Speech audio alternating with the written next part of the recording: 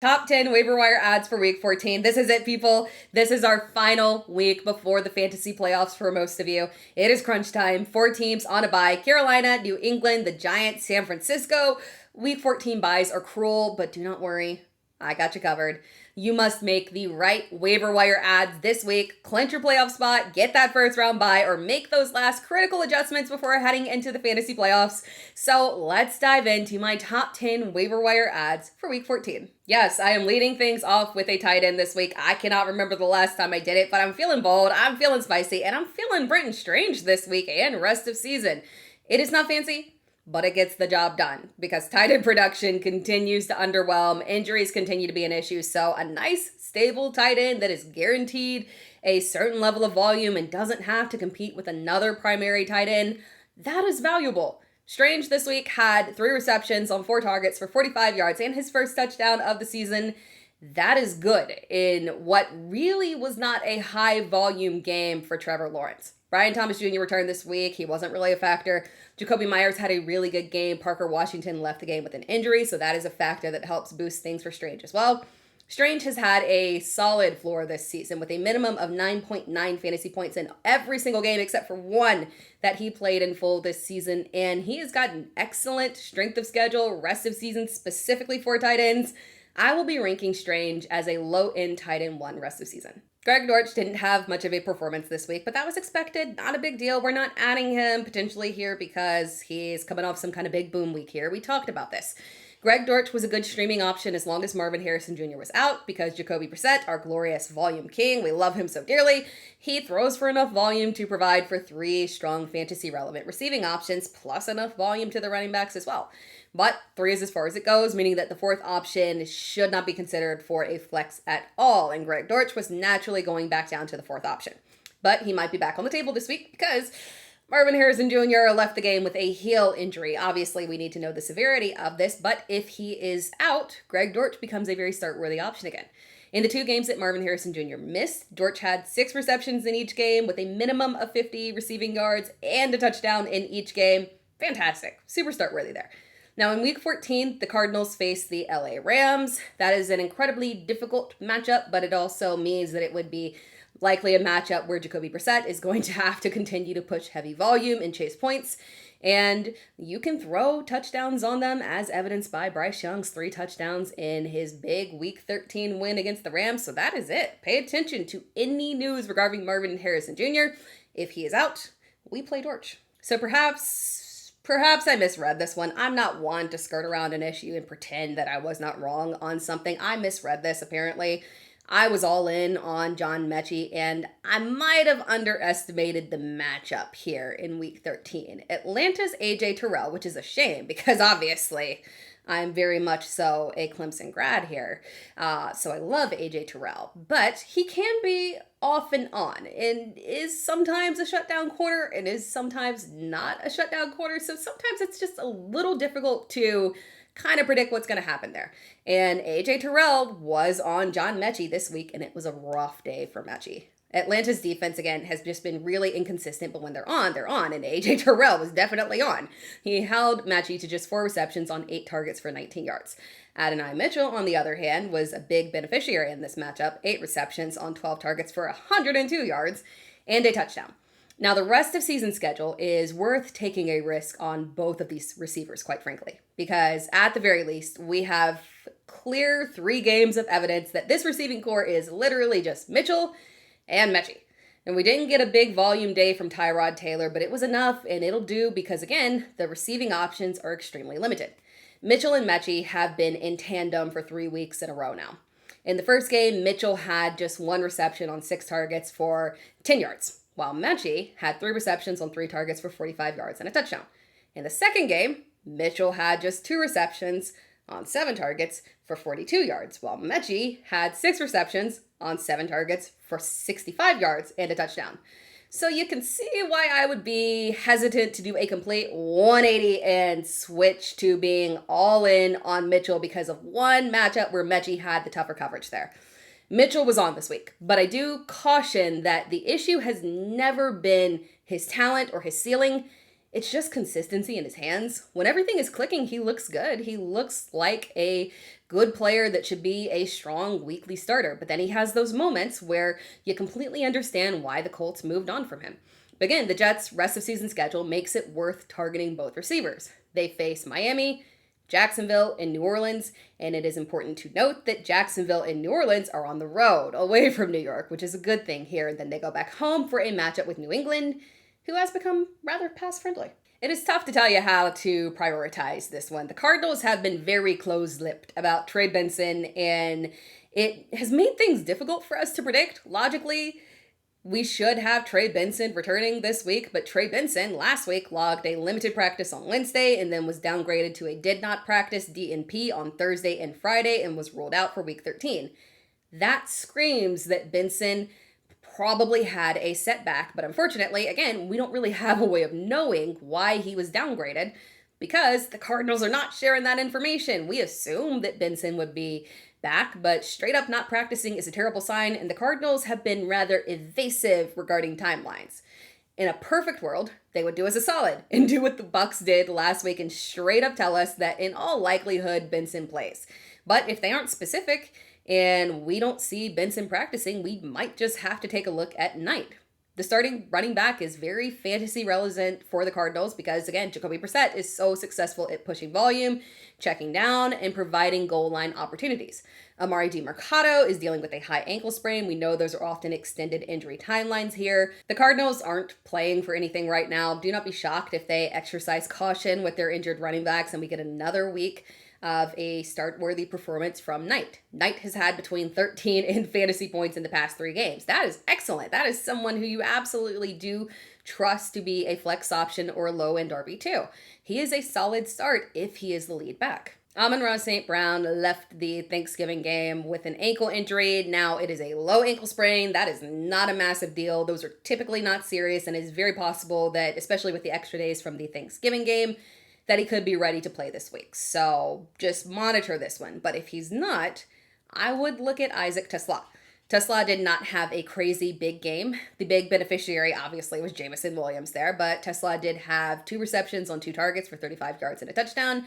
Now you might feel maybe a little discouraged from adding him because the secondary receiver that had the most targets was Tom Kennedy with 4 receptions on 4 targets for 36 yards, but honestly, I would not read too much into that. Teslaa played the vast majority of the snaps, and we do have to remember that this is Dan Campbell. This is Dan Campbell, and if he knows that St. Brown is going to be out and has an entire week 2 game plan and scheme, I would expect Teslaa to be more of a significant contributor here alongside of Jameson. So keep your eye on this one to see if we get any news on St. Brown's status prior to waivers running. This might be one that you don't add right now when waivers are running just to be sure. Maybe it's something that you do after waivers run and look at in case Amon-Ra St. Brown starts trending in a negative direction there. Because Teslaa is talented, but opportunities do matter. We talked about Waller in the Waiver Wire stash video, and he did make his return this week. Yay! And fantastic news, he actually made it through the entire game without getting injured. As we predicted, he was limited. He played less than 50% of snaps. He's been out a while. I'm not shocked that they took more of an ease him in type of approach. I would expect an uptick in volume next week. This past game here, he had 2 receptions on 3 targets for 47 yards. Considering how awful Tua Tagovailoa was, I consider that good. Limited, decent production. I'm okay with that. And this was Waller's first full game of the season where he did not have a touchdown, so naturally it was his worst performance of the season. But again, looking back at his production prior, Waller missed the first 3 games of the season and came back against the New York Jets in week 4, played only 28% of snaps, but had 2 touchdowns. Then he followed that up with a game against Carolina, 5 receptions, 78 yards, and a touchdown. Then a matchup against the LA Chargers, 2 receptions, but yet again, another touchdown. And then the following week, he got hurt. This was the worst matchup that he will face rest of the season. New Orleans defense is not that bad. So in week 14, he faces the Jets, who look far better on paper than they actually are. And oh, by the way, reminder, that's the game where he had 2 touchdowns on 28% of snaps earlier in the season. Then we get a Pittsburgh defense that is very friendly, very generous to tight ends. Then a Cincinnati defense who is literally the most generous to tight ends. And then wrap things up against Tampa Bay at home in what should be a game where Tua is forced to throw for volume against them. So if Waller stays healthy, he would offer league-winning upside. Chris Rodriguez, another player that we talked about and talked about quite a lot in waiver wire videos and stash videos. I've had him further down on the list because this week, he was supposed to be in a bad matchup where theoretically he should not have produced, but he came through. He got a touchdown yet again, got his 10 fantasy points as, a nice, fine, stable day here. So this is my final plea.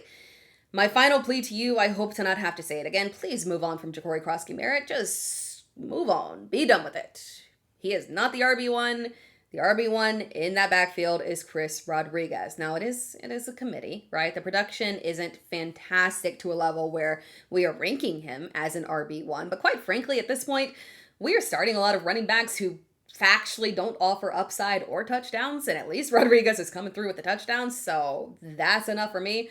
Ja'Cory Crosby-Merritt has not had more than 5 fantasy points since way back in week 5, and Rodriguez has had 3 touchdowns actually, in his past 4 games, and he has had between 7 and 12 fantasy points over that time period as well. Now, I did talk about the fact that, again, if you are looking for the highest upside bench asset or stash, Rodriguez is not that guy. His production is what it is. He can get you 10 fantasy points, but I do not think that ceiling of 20 fantasy points exists for him, unfortunately.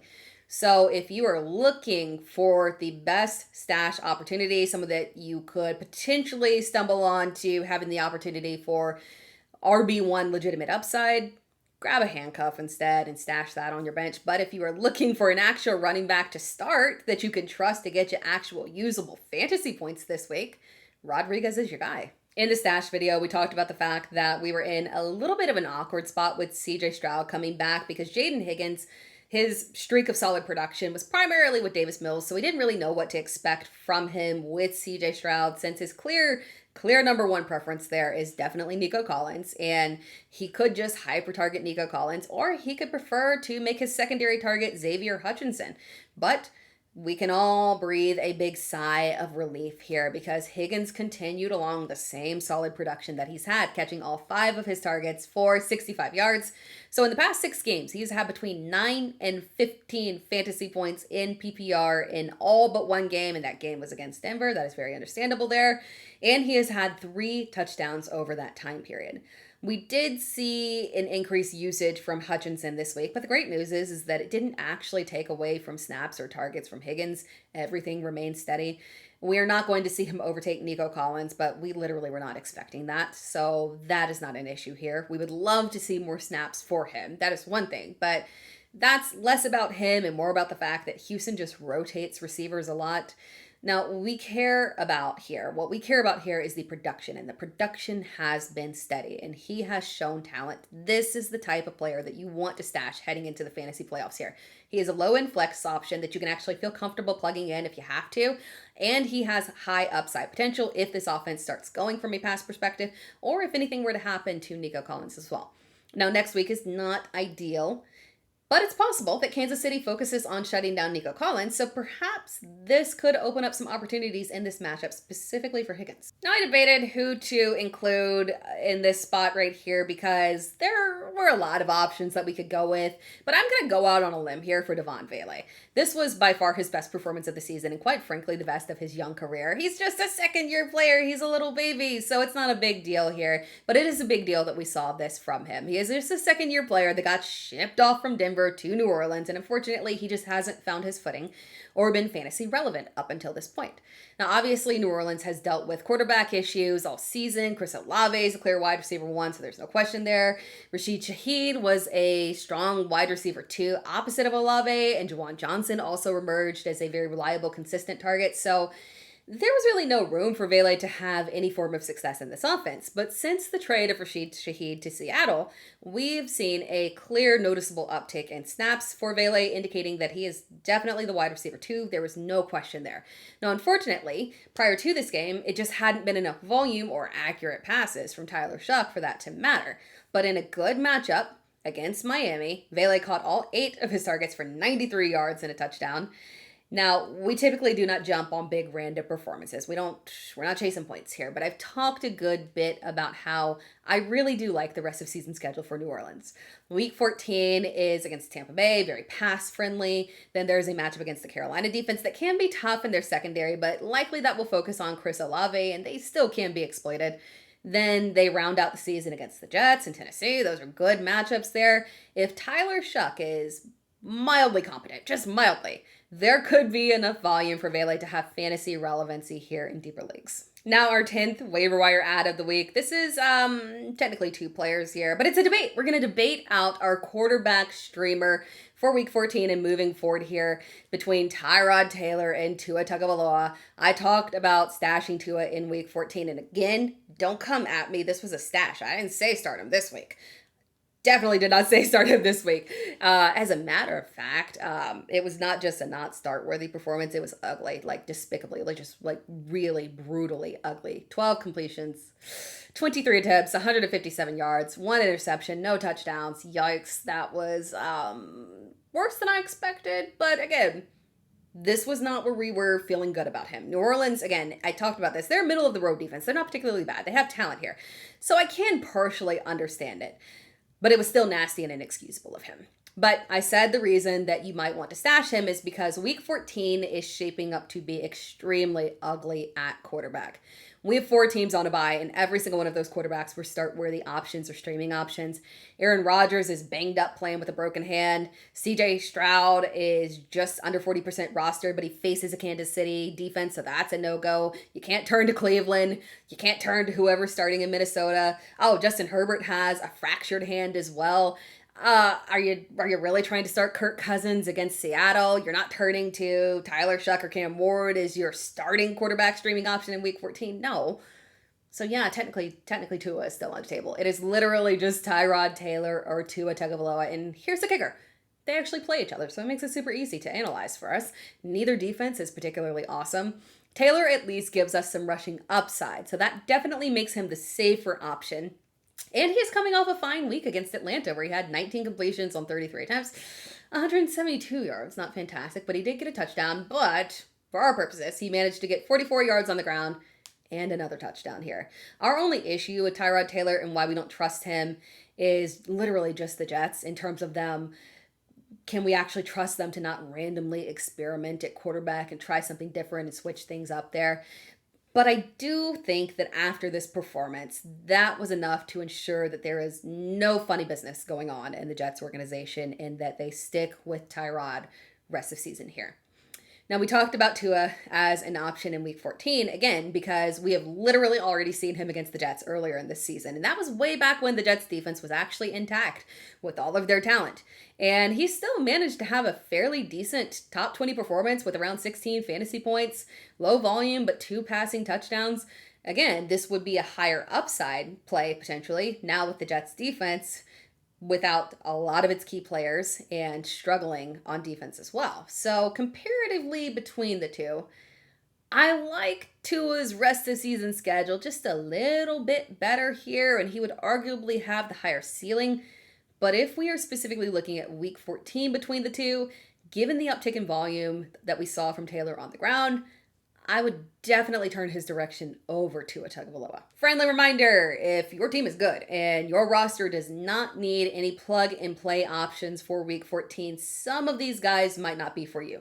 And that is okay. That's not a problem. The better route for you to go might just be to drop any of your underperforming assets and start rostering the high-end handcuffs, right? So take a look at your roster, see if there's anything that is not particularly offering you a lot of upside in the fantasy playoffs, or maybe has a rough strength of schedule during the playoffs, and if you can replace them with any of your high-end handcuffs and stash them for the upside that they would have if their lead back were to go down. Thank you for watching this video. If you enjoyed the video, be sure to like the video and subscribe to my channel. You can find me across all social media platforms at It's Dara Time, so make sure that you are locked in, subscribe, turn on notifications. We are closing out the season strong, and quite frankly, remember guys, we don't end when the season closes out. Oh, no. I've got a full plan for you. So make sure that you're subscribed and sticking around. We're doing football all year long here. We'll be talking rookies, free agency, draft, sleepers, all that good stuff. All that good stuff and so much more. But make sure that you are subscribed so that you can stick around for all my waiver wire content, stashes, live Q&A, weekly on Wednesdays at 8 p.m. EST, and so much more.